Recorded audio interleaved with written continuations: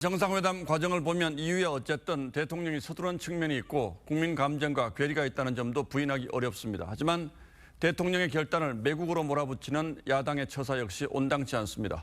정치적 이익을 위해서 반일 감정을 부추긴다는 비판도 적지 않습니다. 그렇다면 이런 경우는 어떻게 봐야 할지요?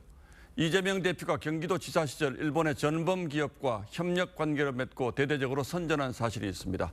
한송훈 기자가 그 구체적인 경위를 취재했습니다.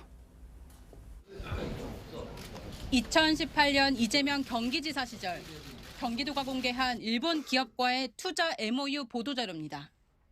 경기도가 아지노모토라는 일본 회사와 협력해 경기도에 분말스프 생산 공장을 짓는다는 내용인데 아지노모토는 일제강점기 때 스즈키 제약소라는 이름을 썼으며 한국인을 대상으로 강제징용 노역을 시켰던 전범 기업입니다.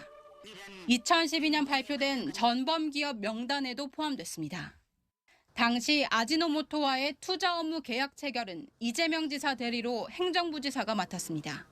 당시 보도자료엔 이 회사를 글로벌 기업으로 치켜 세웠고 도 차원에서 이 기업에 행정 지원을 하겠다고도 했습니다.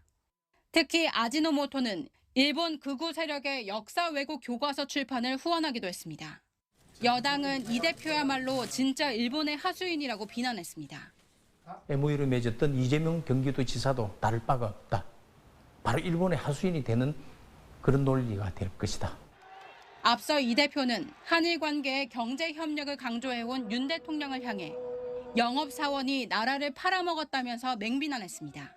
윤석열 정권이 끝내 일본 하수인의 길을 선택했습니다.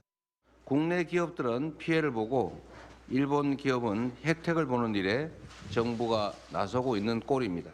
이 대표 측은 당시 MOU 체결에 대해 경기도 차원에서 진행된 일이라고 선을 그었고 경기도 측은 경기도가 일본 기업과의 투자 협력을 주도한 게 아니라 행정적 지원을 했다고 해명했습니다.